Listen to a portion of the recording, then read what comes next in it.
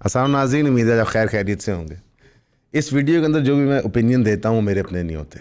हमारी टीम जिसके अंदर महरोज़ रिसर्चर है, साद रिसर्चर है, सलमान जो उसका एडिटर है, ये इन सब की कलेक्टिव एफर्ट होती है। तो मैं चाहता हूँ आप अपने कमेंट्स में भी याद रखें और जब कोई गाड़ी आएगी तो वो भी याद रखें।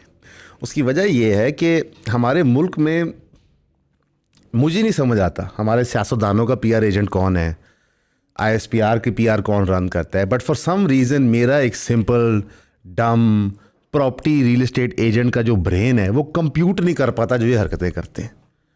6 महीने पहले हमने इंडिया को शिकस्त दी है एक जंग में। 6 महीने पहले हमने उनकी धज्जियाँ उड़ा दी। इंडियन मीडिया हिस्टोरिकली जो वाहियात बातें करता है सो करता है, लेकिन उस जंग के दौरान तो उन्होंने जो बयानियाँ बनाया मतलब इट वॉज लाफेबल कि लाहौर के अंदर पोर्ट है हमने फतह, इट वॉज अबसर्ड। ठीक है, वो मीडिया और वो स्टेट जो हमारे प्लेयर्स की रिस्पेक्ट नहीं करता क्रिकेटिंग फील्ड पे, जिससे कोई एटिकेट नहीं है, जो मुसलमानों की रिस्पेक्ट अपने मुल्क में नहीं करता, उनके साथ जुल्म बर्बरियत की हुई है, और सबसे ज़रूरी जिन्होंने कश्मीर के हमारे बहन भाइयों को, हमारे पाकिस्तानी बहन भाइयों को टॉर्चर कर रहे हैं पिछले 70 साल से, उनके टीवी चैनल्स पे हम क्यों जाते हैं? और स्पेशली अर्नाब गोस्वामी के शो में तो कोई इंसान क्यों जाता है, मुझे आज तक समझ नहीं आया। ये एक हिस्टोरिकल ट्रेंड है जो हम बहुत अरसे से देख रहे हैं कि हमारे तज्ज़ियानगार, सो कॉल्ड एनालिस्ट, हमारे दोस्त उनके चैनलों पे जाते हैं, शोर मचाते हैं और वापस आ जाते हैं और फिर अपने ट्विटर से पोस्ट करते हैं कि जनाब मैंने जाकर उनको बड़ी बातें सुना दी। Are you insane? किसी भी मेन स्ट्रीम टीवी चैनल पे जाने का मतलब ये है कि वो चैनल अपनी एडिटोरियल पॉलिसी के मुताबिक क्लिपें काट काट के आपको जलील और रुस्वा करता है। वो चाहे पाकिस्तानी हो, चाहे इंडियन हो, चाहे कहीं का भी हो। फ्री जर्नलिज्म तो कहीं भी नहीं है। पाकिस्तान का भी इंडेक्स उठा के देख लें, इंडिया के भी उठा के देख, फ्रीडम ऑफ स्पीच तो नॉन एग्जिस्टेंस बात है। और सोने पे सुहागा, इस वक्त इमरान खान साहब के साथ एक जेन्युइन ज्यादती हो रही है। उनकी मुलाकात नहीं करवाई जा रही वकील से, फैमिली से, किसी से भी, और उनके केस का एक्चुअल मोमेंटम है। केपी का सीएम जब वहाँ जाके धरना देता है, यार वो एक सूबे का सीएम है, जब वो इमेजेस सामने आते हैं, दुनिया भर में जाते हैं, तो आपका मुकदमा बनता है। तो मुझे नहीं समझ आता कि इमरान खान साहब की जो बहन है नूरीन नियाज़ी साहबा, उनको किसने मशवरा दिया कि आप इंडियन टीवी चैनल्स पर जाएँ, जहाँ पे वो रिपब्लिक टीवी एंड एक्चुअली वो गई एनडीटीवी पे थी, उनके इंग्लिश और उर्दू के प्रोग्राम में। रिपब्लिक ने फिर उसे बाद में रिपोस्ट किया था, एएनआई पे उन्होंने इंटरव्यू दिया और थोड़े और channel. But why? It's not like कि पाकिस्तान की एक मैसिव ऑडियंस इंडियन टीवी देखती है, एंड इट्स नॉट लाइक कि दुनिया की एक मैसिव ऑडियंस इंडियन टीवी देखती है। वो लिटरली इंडियन लोगों के लिए होता है। सो आई डोंट अंडरस्टैंड कि नरेंद्र मोदी इमरान खान साहब को जेल से निकालेंगे, या नरेंद्र मोदी जो अभी हमसे जंग हारे हैं वो जाके यूएन में पिटिशन फाइल करें खान साहब को और रिहा कर दे। Like it doesn't make sense. और खान साहब के दौर में भी पाकिस्तान ने जहाज़ गिराया था। It's not like Narendra Modi कोई इमरान खान से जंग जीता हुआ है तो उसके लिए हमायत रखता है। वो लाइक इट इज़ absurd। और ये जो पीआर डिज़ास्टर है, it takes away from genuine things. रियासती इदारों को तो बहाना मिल जाता है, सरकार को तो बहाना मिल जाता है। अब इंटरेस्टिंगली इनफ इस सारे प्रोसेस में शाहजेब खानज़ादा, जिसे पीटीआई नफरत करती है, उन्होंने एक बड़ा बेहतरीन इंटरव्यू किया बैरिस्टर अकील मलिक साहब का, जिसपे उन्होंने एक्सपोज किया कि आप ना मैनुअल फॉलो कर रहे हैं, ना जेल सुपरिटेंडेंट की बात मानते हैं, आप एक एड हॉक पॉलिसी के तहत खान साहब की मुलाकातें करवाते हैं। कंप्लीटली वो चीज़ एक्सपोज होगी। हालांकि उसके लिए इंटरव्यू की ज़रूरत नहीं थी। हमारे मुल्क में कानून नहीं मैटर करता। क्यों? क्योंकि इस्लामाबाद हाई कोर्ट का डायरेक्टिव है कि इस केस के अंदर सलमान खान जाके इमरान खान साहब को लीगल काउंसिल दें। इसका लिटरली डायरेक्टिव है कि सलमान खान जाके मिलें। फियर क्या है कि खान साहब अंदर से कोई बात करेंगे, कोई कॉल देंगे, उससे मुल्क में इंतशार फैल सकता है। इस मुल्क में क्या इंतशार फैलेगा? ये इधर है ही इंतशार, अमन कब होता है यहाँ पे? मसलन अगर हम दहशतगर्दी के वाक़यात गिने, सीसीडी के वाक़यात गिने, करप्शन के वाक़यात गिने, IMF की रिपोर्ट्स गिने, फाइनेंशियल डिस्ट्रक्शन गिने, तो यहाँ पे अमन कब है? और ये मैं नहीं कह रहा, अल्लाह माफ़ करे मेरी मजाल, ये SIFC के इंचार्ज जनरल साहब कह रहे हैं कि जनाब हम इन्वेस्टमेंट नहीं अट्रैक्ट कर पा रहे, यहाँ पे लॉ एंड ऑर्डर इशू है। तो हुकूमत किसकी? नून लीग PPP की। लेकिन यहाँ पे मैं बात करना चाहूँगा नून लीग और PPP की दिफा में नहीं, हुकूमत उनकी नहीं है। जिस तरह KP के अंदर चीफ मिनिस्टर आपके डीसीज और एसीज अपॉइंट नहीं कर रहा, उस तरह पंजाब सिंध बलूचिस्तान में भी पपट गवर्नमेंट्स हैं। ठीक है, उनको मीडिया टॉक टाइम मिल जाता है, वो कोई पॉलिसियों का इफ्तिताह कर लेते हैं और कुछ मामलात में उनको कंट्रोल है, लेकिन इन रियलिटी अगर कुछ अच्छा है या बुरा है तो the responsible is the deep state जो रियासत चला रहे हैं, जिसमें आपकी टॉप मिलिट्री ब्रास है, टॉप जुडिशल ब्रास है, इस वक्त टॉप पॉलिटिकल ब्रास है। ये सारे अपने मशवरों से और ब्यूरोक्रेट्स के मशवरों से ये मुल्क चला रहे हैं। तो हमारा सिस्टम इस तरह ऑपरेट कर रहा है। अच्छा, वैसे एक बिल्कुल अंधी क्रिटिसिज्म नहीं करनी चाहिए। मुशर्रफ साहब के दौर में बहुत सारे सियासतदानों ने इंडियन टीवी चैनल्स को इंटरव्यू दिए हैं, जिनमें नवाज शरीफ साहब भी हैं। तो it's not unheard of. However तब भी वो गलत था, अब भी वो गलत है। इनफैक्ट पूरी पीटीआई की पोजीशनिंग कि ट्रंप आके बचाएगा, वो भी गलत थी। It is because you have to understand कि आपने अपने मुल्क के प्रॉब्लम्स खुद सॉल्व करने हैं। Nobody is going to help you. ये बात हम आपको 3 साल से ईऑन पे बता रहे हैं कि अमेरिका ने साजिश कर दी, फलां ने ये कर दिया, श्योर ग्रेट, पर इसके सॉल्यूशंस एक्चुअली पाकिस्तान में होने हैं। अमेरिका या इंडिया आके हमारा टेररिज्म का इशू सॉल्व नहीं करेगा। ये हम क्यों कह रहे हैं? क्योंकि इस वक्त पूरी पाकिस्तान का बयानिया ये है कि अफ़गानिस्तान एक रीजनल थ्रेट है। अग्रीड, टेररिज्म बहुत ज़्यादा हो रहा है। वो जो टीटीपी को सपोर्ट दे रहे हैं वो एब्सोल्युटली इनकरेक्ट। शहीद साहब कहते हैं कि मैं ऑलमोस्ट डॉक्टर बन गया हूँ, मुझे पाकिस्तान में कोई फ्यूचर नजर नहीं आता, मैं बाहर नहीं जाना चाहता और कुछ कॉम्प्रोमाइज भी नहीं करना चाहता। आप किसी गलत काम में ना जाओ, आप छोटा सा क्लिनिक खोल लो, आप 50 रुपया फीस रखो, आप वॉल्यूम के ऊपर खेलो। आप 10,000 रोज का कमाते हो, 25 दिन काम करते हो, तो बेटा ये 2.5 लाख रुपया है। पूरी वीडियो देखने के लिए हमारी वेबसाइट पे जाएं eonpodcast.com पे और मैट्रिक्स की सब्सक्रिप्शन ले लें। सिर्फ 3,000 रुपए की बात है। सी यू देयर इंशाल्लाह। इनफैक्ट अफगानिस्तान तालिबान जो अफगानिस्तान के अंदर औरतों के साथ कर रही है एजुकेशन के मामले में, वो ही बिल्कुल गलत है। लेकिन हमारी अफगान पॉलिसी क्या थी कि हम एक बॉर्डर बनाएंगे, एक बाढ़, एक जंगला लगाएंगे। जो हमारे DGI-SPR साहब ने कहा है कि इसका कोई फ़ायदा नहीं है। हमने बिलियन स्पेंड किए ये बनाने के लिए, डीप स्टेट ने करवाया, मैंने आपसे फैसला नहीं किया था ये होना चाहिए। और अब DGI-SPR साहब ने वो दलील दी है जो हर दानिश्वर, हर एथनो नेशनलिस्ट और हर बंदा जिसने कुछ बेसिक बॉर्डर ट्राइब्स की किताबें पढ़ी हुई हैं वो आपको दे सकता है कि असल में पाकिस्तान और अफगानिस्तान में बॉर्डर पोरस ही रहेगा, क्योंकि आधा कबीला पाकिस्तान में, आधा अफगानिस्तान में। मेरा चाचा अफगानिस्तान में रहता है, मैं खुद पाकिस्तान में रहता हूँ। 19 के शायद करीब गाँव हैं या कबीले हैं उन्होंने बताया कि वहाँ पर एग्जिस्ट करते हैं। साथ ही साथ वो बताते हैं कि एक पूरा पॉलिटिको नेक्सस है जिसके तहत इलीगल गाड़ियाँ पाकिस्तान में आती हैं जो नॉन कस्टम पेड है, उनके थ्रू टेररिज्म होता है। हमारे बॉर्डर्स का कंट्रोल पाक अफवाज के पास है और उन्हीं के पास होना चाहिए। They are the first border defence force. फिर आपकी FC के पास होता है, कुछ जगह पे रेंजर्स होती हैं। ठीक है, तो इट इज़ इम्पॉसिबल कि इतनी ज़्यादा गाड़ियाँ without some level of problems in these departments हो रही हों। हमें उनको स्ट्रेंथन करना चाहिए, स्क्रूटनाइज करना चाहिए। वी शुड फाइंड आउट कौन ये गाड़ियाँ आने दे रहा है। बिल्कुल नहीं होना चाहिए। और एक्चुअली KP, गिलगित बल्तिस्तान और बलूचिस्तान में कुछ ऐसे इलाके हैं जहाँ पे आपने अनऑफिशियली अलाउ किया हुआ है नॉन कस्टम गाड़ियों को। ग्वादर में अलाउड है। मैं खुद नॉन कस्टम गाड़ियाँ चलाता रहा हूँ यार, कोई पूछताछ नहीं होती। वहाँ पे नाके लगे होते हैं पुलिस के, मिलिट्री के, आप उनके थ्रू गुजरते हो, कुछ भी नहीं कहते, बिकॉज वहाँ पर उन्हें चीज़ की इजाज़त दी हुई है। तो उनको रेगुलराइज करें, स्टॉप दिस प्रॉब्लम। लेकिन पूरा का पूरा जो अफ़गान नैरेटिव था कि जनाब हम बॉर्डर सिक्योर कर लेंगे, वो DGI-SPR साहब खुद कह रहे हैं कि नहीं हो सकता। और रियलिटी ये है कि वो सच बोल रहे हैं। पाकिस्तान का जो border with Afghanistan all the way down to Iran है, जो ड्यूरेंट लाइन है, ये हिस्टोरिकल बॉर्डर नहीं है यार। आप क्यों नहीं समझते कि आप 4,000-5,000 ईयर्स ऑफ हिस्ट्री को वाइप अवे नहीं कर सकते? हमारे यहाँ जो इंटेलेक्चुअल क्लास है ना, वो सिलेक्टिव पीरियड ऑफ हिस्ट्री की बात करती है। ठीक है, हम कहते हैं कि भाई एक ओवरऑल इलाके की तहजीब है, उसकी ओवर आर्किंग आइडियोलॉजी इस्लाम है। तो जो आपके इंटरपर्सनल रिलेशनशिप्स हैं उनको आप नेशन स्टेट पैराडाइम के बॉर्डर से नहीं रोक सकते। मैं ये कहना नहीं चाह रहा, लेकिन DGI-SPR इशारा करें स्तानिस्तान की तरफ। ये एक टर्म है जो अमान अक्सर इस्तेमाल करता है बताने के लिए कि एक्चुअली पाकिस्तान, अफगानिस्तान, ईरान, ऊपर मुस्लिम स्टेट्स को एक लार्जर EU टाइप मॉडल में होना चाहिए। That is the only way to ensure security. In fact borders पे सिक्योरिटी इंश्योर करने का नंबर 1 तरीका होता है इकोनॉमिक टाइज। ये पॉलिसी नवाज शरीफ साहब ने इंडिया के लिए भी अपनाई थी एंड इट डिड वर्क। कि आप इकोनॉमिक टाइज जोड़ते जाएं तो ऑल ऑफ अ सडन आपकी डी एस्केलेशन होना शुरू हो जाती है।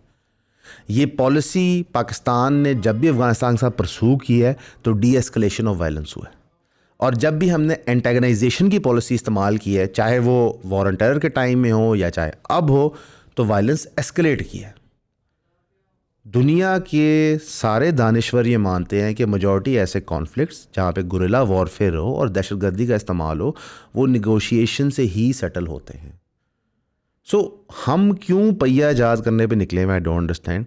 एंड ऑनेस्ट टू गॉड कभी कभार हम इंटरनली सोचते हैं काश ये सियासी जमातें, बड़े बड़े इदारे हमें पीआर के लिए रख लें ताकि हम उन्हें बताएं कि सर ये तो मत करें, और बहुत कुछ है करने को। तो मुझे अब इस चीज़ से इतना अफसोस और दुख होता है कि ये बेसिक चीज़ें, इट्स नॉट लाइक कि ये कोई इतनी कॉम्प्लेक्स चीज़ें हैं, इट्स नॉट लाइक जो हम बातें करें वो अनहर्ड ऑफ हैं, इट्स वेरी नॉर्मल स्टफ। आप लोग अपने घरों में भी ये डिस्कस करते होंगे। तो ये हमारे स्टेट के टॉप ब्रास का हाल है। The biggest party which is PTI, इसमें कोई शक नहीं है, जो एक्स प्राइम मिनिस्टर रह चुके हैं, वुज़रा उनके पास रह चुके हैं, उनके पास इंटेलेक्चुअल क्लास मौजूद है, वो नौरीन नियाज़ी साहब वो गाइड नहीं कर सकते। अली मोहम्मद खान साहब हैं, उनसे पूछा गया कि जी वो क्यों गई हैं, तो उन्होंने कहा जी वो तो पीटीआई का हिस्सा ही नहीं है। Are you serious? Like what is this? ठीक है, अगर वो पीटीआई का हिस्सा नहीं है लेकिन वो पीटीआई कॉज को रिप्रेजेंट कर रही हैं तो मे बी शायद उनको गाइड कर दे। और इंटरेस्टिंगली इनाफ मैंने देखा था कि अलीमा खान साहिबा के जो रिमार्क्स थे इंडिया पाकिस्तान की वॉर से पहले, वो भी गैर मुनासिब थे कि जी ये को फिक्स्ड मैच हो रहा है। आई मीन इतना भी हमें नेगेटिव नहीं होना चाहिए। We should call a spade. जहाँ पे जिसकी गलती है वहाँ पे हमें बयान करना चाहिए, बिल्कुल हमें बिल्कुल वहाँ पे नैरेटिव को करेक्टली पुश करना चाहिए। बट यहाँ पे आई फील कि लाइक कंटिन्यूस मिस्टेक्स होती हैं एंड DGSPR साहब शुड नो बेटर कि यार ये बाढ़ क्यों बनी थी, किसने बनवाई थी, कितने पैसे इस पे लगे थे। तो इस बाढ़ का पूरा एक बयानिया बनाया गया था, पहले हमें बताया गया था जनाब कितनी ज़रूरी है, खान साहब के दौर में हुआ था, बहुत ज़रूरी है ये बाढ़। और उनको साथ ये भी पता होना चाहिए कि जो आपके अफ़गानिस्तान के साथ हिस्टोरिकल टाइज़ हैं, प्री पाकिस्तान की रियासत, प्री अब मॉडर्न अफ़गानिस्तान की रियासत, वो ओवरनाइट वैनिश नहीं हो सकते। अच्छी बात है कि उन्होंने इसको एक्सेप्ट किया। शौक खानम और नमल यूनिवर्सिटी के अकाउंट्स फ्रीज़ हो गए। दिस इज़ पेटी पॉलिटिक्स। शौकत खानम और नमल यूनिवर्सिटी के अकाउंट्स जो फ्रीज़ हुए हैं वो कोई ज़ाती मफादात के नहीं अकाउंट्स थे। वो अकाउंट्स एक चैरिटेबल ट्रस्ट जिसके तहत शौक खानम ऑपरेट करता है, जो लाखों लोगों का इलाज करता है पाकिस्तान में फ्री ऑफ कॉस्ट, और नमल यूनिवर्सिटी जो बच्चों को तालीम देती है उसको बंद कर दिया गया। ये वही पेटी पॉलिटिक्स है जो हमें बहरिया की बिजली काटने में नज़र आई। आप बेसिकली एवरेज पाकिस्तानीज़ की जान माल वनरेबल कर देते हैं अपने वेंडेटास के तहत। जो लोग शौकत खानम से इलाज कराते हैं, ना वो PMLN के, ना वो PTI के, ना वो PPP, उनको कैंसर है, वो ज़िंदगी मौत की जंग लड़ रहे हैं। जो बच्चे बच्चियां नमल में पढ़ रहे हैं वो अपना फ्यूचर बनाने की कोशिश कर रहे हैं। They are the future of Pakistan. तो ये पेटीनेस इसलिए की गई क्योंकि non compliance and contempt of notice थी अलीमा खान साहिबा से रिलेटेड, क्योंकि वो प्रेजेंट नहीं हो रही थी। तो वो 11 अकाउंट्स थे, वो बंद कर दिए गए। 5 बैंक्स ने कंटेम्प्ट ऑफ कोर्ट नोटिस को इशू किए गए, contempt of court notice for not implementing the freeze orders. यानी कुछ बैंक ने डिसाइड किया कि हम फ्रीज ऑर्डर नहीं लगाएंगे because these are very sensitive accounts, यहाँ पे लाखों लोगों की ज़िंदगी एट स्टेक है, तो उनको भी कंटेम्प्ट ऑफ कोर्ट नोटिस हुए हैं। वैसे इंटरेस्टिंगली इनफ कोर्ट ऑर्डर्स की कंप्लायंस पाकिस्तान में ज़ीरो है, लेकिन जहाँ पर रियासत का पेटी पॉलिटिक्स का इंटरेस्ट, तो वहाँ पर उनकी कंप्लायंस पूरी हो जाती है। उसी तरह सोराब बरकत भाई को वो एयरपोर्ट से पकड़ते हैं, प्रेजेंट नहीं करते FIA में, लेकिन अब NCCI को 4 दिन का फिजिकल रिमांड मिल गया। आपने उनसे क्या पूछना है? और सोराब बरकत कहाँ जाके छुप सकता है? इस्लामाबाद में वो काम करते हैं, वो रोज अपने दफ्तर जाते थे। But this is the level in which we have gotten. और हमारी जो सीनियर पॉलिटिकल कैडर है उनका क्या पॉइंट ऑफ व्यू है? राना सनाउल्लाह साहब एक सीनियर पॉलिटिशियन है जिनके साथ रियासती जबर हुआ हुआ है, एक दफ़ा नहीं मल्टीपल टाइम्स। मतलब उनकी तो इतना रियासती जबर हुआ कि उनकी मूछें काट दी गई थी यार, उनके ऊपर हेरोइन के मुकदमे डाले गए थे, विच वॉज जस्ट अबसर्ड। ठीक है, वो कह रहे हैं कि अगर KP के CM को इतनी ही मोहब्बत है इमरान खान से तो वह हंगर स्ट्राइक पे जाएं और फौत हो जाएं इमरान खान की मोहब्बत में। हमें वो टाइम याद है कि जब नून लीग के MNAs जहाज़ के आगे एयरपोर्ट पे लेट गए थे जब नवाज शरीफ साहब को मुल्क से भेजा जा रहा था। तो ए लव फॉर योर लीडर या कमिटमेंट टू योर कॉज, आप उसका मजाक उड़ाएंगे? और ये वही सेम हरकत और सकनात है जो हम अपने सियासतदान से थ्रू आउट हिस्ट्री देख रहे हैं। ट्विटर पे ट्रेंड चल रहा था जी 58 ईयर्स ऑफ पीपीपी हो गए, बड़ी जी को सेलिब्रेशन का कॉज है। 60 साल से एक पार्टी हमारे ऊपर मुसल्लत है। 60, मुल्क की उम्र कितनी है? 17 साल पीपीपी के बगैर ये मुल्क रहा है। और मैं कहना नहीं चाहता बड़ी तरक्की हुई थी। This is nothing to celebrate. Celebration होती है of achievements, of something that actually makes sense. यहाँ पे तो नथिंग लाइक दिस। यहाँ पे स्टूपिड चीज़ें सेलिब्रेट की जाती हैं। अगर आपने मुल्क की ओवरऑल इंटरनेशनल सूरत हाल देखनी है, हम वो भी बता देते हैं कि जो हमें एक बयानिया दिया जा रहा है मेन स्ट्रीम जर्नलिस्ट से कि जनाब मुल्क की दुनिया भर में सुनी जा रही है, दुनिया हमें इतनी इज्जत दे रही है। UN छोटा सा इदारा है, हकीर सा, वर्ल्ड वॉर 2 के बाद बना था, जहाँ सारे मुल्क होते हैं। उसका human rights chief alarm raise करता है over Pakistan law tweaks. UN high commissioner for human rights Volker Turk कहता है कि पाकिस्तान जो जल्दी जल्दी में कॉन्स्टिट्यूशनल अमेंडमेंट्स हुए हैं ये जुडिशल इंडिपेंडेंस को अंडरमाइन करते हैं और accountability and respect for rule of law को ग्रेव पोजीशन में डालते हैं। जो फेडरल कॉन्स्टिट्यूशनल कोर्ट है उसको एक्सक्लूसिव जुरिस्डिक्शन दे दी गई है जो पहले सुप्रीम कोर्ट के पास थी। जुडिशियल अपॉइंटमेंट, प्रमोशन और ट्रांसफ़र पॉलिटिकल इंटरफेरेंस से अब होंगे। अब आप कह दें ये PTI का है या इस तक PTI पहुंच गई। वो कानून जो हम इम्प्लीमेंट करना चाह रहे थे, जो बनाना चाह रहे थे, जो हमारे हर एक सिक्योरिटी स्टेट पैराडाइम की ड्रीम होती है, वो है एंटी डेमोक्रेटिक। मतलब इसमें तो राइट लेफ्ट हर सियासी जमात सॉर्ट ऑफ अग्री करती है। ये कानून खान साहब भी लाते तब भी एंटी डेमोक्रेटिक था। जिस तरह पीका का कानून तब भी गलत था जब नवाज शरीफ साहब लाए, जब खान साहब ने उसमें ऐड किया, और जब अब PDM 1 और 2 ने उसमें मज़ीद ऐड कर दिया। तो these are not good things. हम आहिस्ता आहिस्ता बिल्कुल ही आप समझें एक बैकवर्ड सा स्टेट बनते जा रहे हैं। हम स्लोली एंड स्टडली सिर्फ और सिर्फ फेक पॉस्चरिंग, फेक PR का एक स्टेट है। हमारे पास रियल पॉलिसीज़ नहीं है। और SIFC के जो चीफ़ हैं उन्होंने सही कहा है कि हमारे मुल्क में क्यों कोई इन्वेस्टमेंट करेगा। एक चीज़ नोटिस कीजिएगा, हमारी सऊदी अरेबिया के साथ एक हिस्टोरिक डील साइन हुई for defence. The assumption was कि हमारे पास वेपन्स हैं, इक्विपमेंट हैं, they will pay us for services. Saudi Arabia ने कोई इन्वेस्टमेंट नहीं की पाकिस्तान में। इवन जो $3 बिलियन हमारा ऑयल मनी ओड था, उन्होंने वो रोल ओवर नहीं किया। तो ये डील क्यों हुई? I don't understand. अमेरिका बड़ी मोहब्बत हमारे से कर रहा है, बड़ा प्यार कर रहा है, बट कोई अमेरिकन इन्वेस्टमेंट तो नहीं आई। चले बज़रिए IMF जो हमें पेमेंटें आ रही हैं मान लेते हैं। तो we have not been able to attract money and it is something to do with the fact कि पाकिस्तान में हाइपर इन्फ्लेशन है। पाकिस्तान में इस वक्त अनएम्प्लॉयमेंट रेट 7.1 पे चली गई है, which is the highest it's been for 20 years. यानी 20 साल के हमने रिकॉर्ड तोड़े हैं, यानी कि हमने डिक्टेटर के रिकॉर्ड तोड़े हैं। और ये क्यों हो रहा है? इट इज़ बिकॉज हमारे मुल्क में 100 से ज़ायद मिल्स बंद हो गई हैं because of increase taxation. Businesses viable नहीं रहे। जितनी अमाउंट ऑफ रिश्वतें आपको देनी पड़ती हैं, काल्बन 36 डिपार्टमेंट्स हैं जिनको आपको एज अबूज़र शाह जो एक्स चेंबर ऑफ कॉमर्स के लाहौर के प्रेसिडेंट है वो कहते हैं कि वो आपकी बेसिकली बेगमात बन जाते हैं, उनको हर महीने आपने ख़र्चा देना है। तो कौन यहाँ बिज़नेस करना चाहेगा? फिर हमारी करेंसी डिवैल्यूएशन की वजह से, बिकॉज हमारी इंपोर्ट्स बहुत ज़्यादा हैं, एक्सपोर्ट्स नहीं हैं, क्वाइट सिंपल, उसकी वजह से हम जो है नो लॉन्गर डॉलर से कम्पीट कर सकते हैं। हमारा रॉ मटेरियल इंपोर्ट होता है, हमारे डाइज इंपोर्ट होते हैं। वर्चुअली हर इंडस्ट्री के अंदर आप मेजॉरिटी चीज़ें इंपोर्ट कर रहे हैं, तो PKR मज़ीद डिवैल्यू हो रहा है। So why would somebody invest here? Throw away prices पे हम PIA को टोटो में बेचने को तैयार हैं।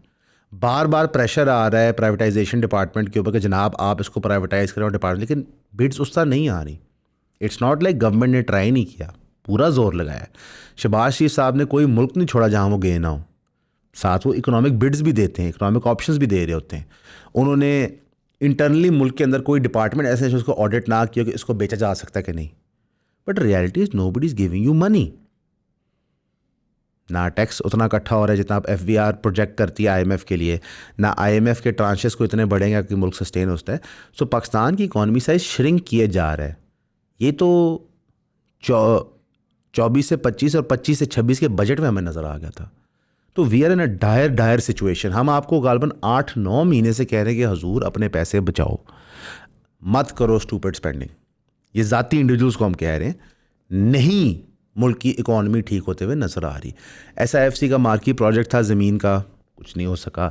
SIFC का मार्की प्रोजेक्ट था मिनरल्स का, अभी तक उस पर कोई पेशरफ्त नहीं हो सकी। अभी तक we have not been able to mobilise उसके बेसिक सर्वेज एंड रिसर्च, हमने किस पर्टिकुलर कंपनी को जिन्हें पैसे बाद में आते हैं। This takes time. तो Pakistan is in a problematic system, और हमने वर्चुअली 2 साइड से वॉर खोली हुई है, एक्चुअली 3। एक हमने KP और बलूचिस्तान के अंदर वॉर खोली हुई है, एक हमने अफगानिस्तान के साथ वॉर खोली हुई है, और at any given point time India के साथ भी वॉर हो सकती है। तो मुझे नहीं समझ आ रहा कि चल ठीक है, हमारे मुल्क में हमेशा एंटी डेमोक्रेटिक फोर्सेस रही हैं, इसमें कोई शक तो रहा ही नहीं है। हमेशा एक हाइब्रिड गवर्नमेंट रही है या डायरेक्ट डिक्टेटरशिप रही है। चले मान लिया कि अभी हमारे मुल्क में एक सॉफ्ट कू होकर डिक्टेटरशिप चल रही है, तो वो लोग कर क्या रहे हैं? लाइक अयूब खान की कुछ पॉलिसीज़ थी, ज़िया-उल हक की कुछ पॉलिसीज़ थी, मुशर्रफ साहब की कुछ पॉलिसीज़ थी, आपके याया खान साहब की भी इवन कुछ पॉलिसीज़ थी। अभी हमें समझ नहीं आ रहा हमारी डायरेक्शन क्या है, क्यों? और मेरा इससे एक पर्सनल बिलीफ है, एक्चुअली आई डोंट थिंक बाकी टीम से एग्री करी। आई बिलीव सोशल मीडिया वो चेंजिंग फैक्टर है। I believe for the first time, जब मैं उसको समझाता हूँ, हमने वीडियोज़ पोस्ट करना शुरू की, वी डिडंट रियलाइज़ कि आप कमेंट्स में कितनी गालियाँ पढ़ सकती। So we decided not to read the comments. हम आज तक उस तरह नहीं पढ़ते कमेंट्स, तो वो हमें अफेक्ट नहीं करता। हम अपनी वीडियोज़ इन्फॉर्मेशन के मुताबिक, डिस्कशन के मुताबिक बना के लगा देते हैं। आप लोगों को पसंद आए, थैंक यू, लाइक करें, सब्सक्राइब करें, जज़ाकल्लाह। ना पसंद आए, आप जी कमेंट्स छोड़ देते हैं, it's fine. But I feel कि सोशल मीडिया के कमेंट्स का and the criticism directly to the emperor from the people of a nation इतनी ज़्यादा होती है कि शायद उनके नज़दीक PR is the number 1 thing. हालांकि policy should always be the number 1 thing, economic growth should always be the number 1 thing. हम चाइना तो बनना चाहते हैं, पर लॉन्ग टर्म इकोनॉमिक रिफॉर्म नहीं करना चाहते। मैं यहाँ पे एक्चुअली मरीम नवाज़ साहिबा की तारीफ़ करना चाहूँगा। आई नो आप सरप्राइज होंगे इस बात से, बट क्यों? हमारे यहाँ स्पेशल नीड्स बच्चों का कोई एज सच माई बाप नहीं था। नोबडी टुक ओनरशिप, और ये एक एक्चुअली बिगर प्रॉब्लम है। और modern day foods, modern day technology से अब हमें पता चल रहा है कि कितने बच्चे मुख्तलिफ शेड्स ऑफ स्पेक्ट्रम में पैदा होते हैं। This is a real thing. Overall down syndrome या और बीमारियाँ बड़ी कॉमन हो गई हैं। फिर हमारे जो डिसेबल्ड बच्चे होते हैं, इनके there was no one to take ownership. आप कहते हैं कि जी बड़ा थोड़ा सा एक सेगमेंट है, बट दे स्टिल पाकिस्तानीज़। तो उनके लिए जो गवर्नमेंट ने फ्री मील स्कीम, हिम्मत card, special education reform launch किया, ये अच्छी चीज़ें हैं और ये लॉन्ग टर्म चेंजेस हैं। वो बच्चे उन स्कूल्स जाएंगे जहाँ पे they will feel well taken care of, ताकि कल को आके माशरे में इनकलकेट हो सकें, कल को वो जॉब सीख कर सकें, तो they will be part of your society. वरना अस्तगफुरुल्लाह, आज से कुछ अर्सा पहले किसी के घर ऐसा बच्चा पैदा होता था जिसको कोई डिसेबिलिटी होती थी, तो उसको अगर वो अमीर ख़ानदान में नहीं था तो उस बच्चे को ज़ाया कर दिया जाता था, या फिर उसको फेंक दिया जाता था, या उसको ऑर्फनेज भेज दिया जाता था। तो गवर्नमेंट ने फाइनली उन बच्चों की ओनरशिप ली है।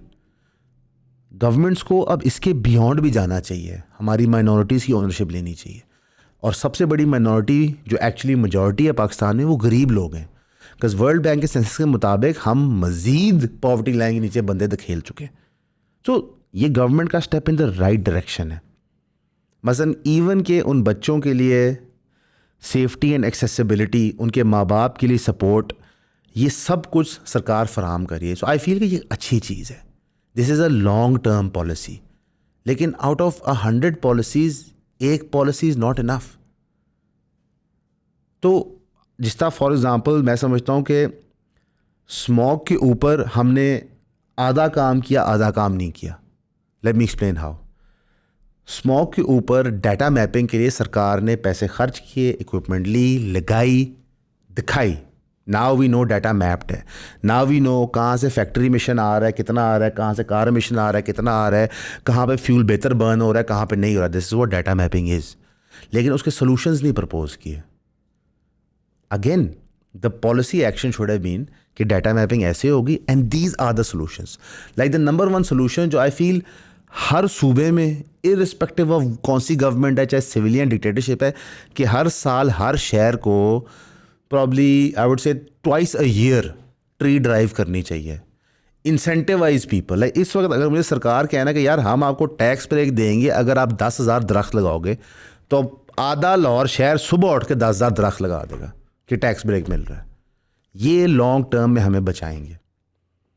So long term policy making के लिए हम क्या कर रहे हैं? नथिंग। इसलिए हमारा इकोनॉमिक रिफॉर्म नहीं हो पा रहा, इसलिए हमारे मुल्क के अंदर इन्वेस्टमेंट्स उस तरह नहीं आ रही। हमारे टॉकिंग पॉइंट्स के हैं मोस्ट सियासतदानों के लिए। मियां आमिर साहब हैं, वो मुख्तलिफ प्रोग्राम्स पे जा रहे हैं, दुनिया न्यूज़ के चैनल उनका है, बात कर रहे हैं कि पाकिस्तान में मल्टीपल सूबे बनने चाहिए। ठीक है, इस पे सीएम मुराद अली शाह साहब कहते हैं कोई नया प्रोविंस नहीं बनेगा, सिंध के हम हिस्से नहीं होने देंगे। क्यों? क्योंकि वो ताकत में है। कोई बंदा ताकत में डिवीजन ऑफ पावर मांगते हैं, हालांकि सख्त रिक्वायरमेंट है पाकिस्तान में लोकल बॉडीज़ की। ठीक है, मैं वैसे एग्री नहीं करता सूबों वाली बात से। आई बिलीव कि लोकल बॉडीज़ के थ्रू भी वो सेम चीज़ हो सकती है, बट रियलिटी इज़ कि हमारे सियासतदान, हमारे डीप स्टेट सिर्फ अपनी पावर सिक्योर करने के लिए टूल्स और मूव्स करते हैं। अब पंजाब के अंदर पेट्रोल मोटरसाइकिल रिक्शास की प्रोडक्शन और सेल के ऊपर बैन लग गया। वो उसको इलेक्ट्रिक से रिप्लेस करना चाहते हैं। बिल्कुल अच्छी बात है, मैं इसे इत्तेफाक करता हूँ। I also believe by the way कि जो डीजल के ट्रक्स हैं उनका भी कुछ करना चाहिए। हाउएवर, जब आप ये पॉलिसी शिफ्ट बनाते हैं या आप इंक्रोचमेंट ख़त्म करवाते हैं या पूरे पंजाब के अंदर जो आपने दुकानों के इलीगल बोर्ड्स उतरवा के नए बोर्ड्स लगवाए थे, आपने उसके फाइनेंशियल कॉन्सिक्वेंसेस अवाम उन्नास के लिए सोचे होते हैं? सो फॉर एग्जाम्पल एक रिक्शा ड्राइवर है, वो ट्रांजिशन कैसे करेगा? सवारी पे राइड की कॉस्ट क्या अफेक्ट करेगी? ये सारा का सारा एक इकोनॉमिक फैक्टर है। तो एक प्रॉब्लम को सुधारने के लिए हम मैस अनएम्प्लॉयमेंट नहीं क्रिएट कर सकते। So policies need to be thought out in the long run. They should not just be made because उनके फोटो ऑप्स अच्छे लगते हैं।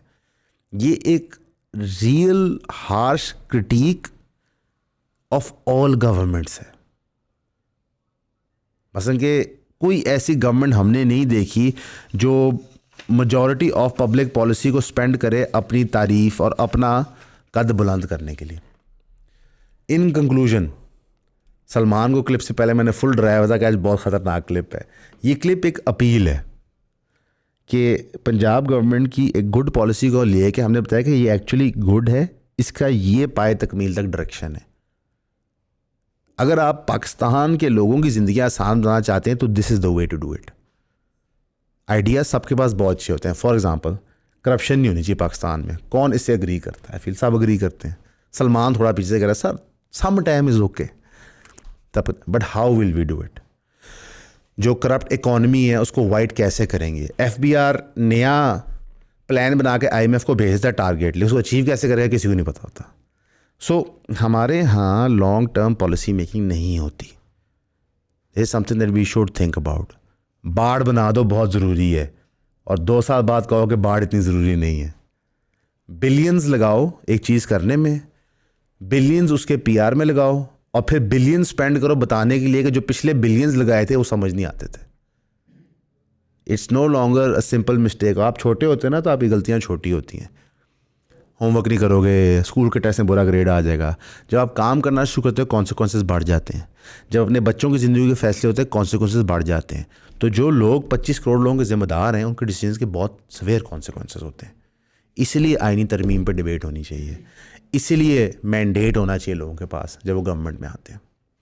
हमारे लिए दुआ कीजिएगा, हम आपके लिए भी करेंगे। हमेशा की तरह आपका सुनने का शुक्रिया।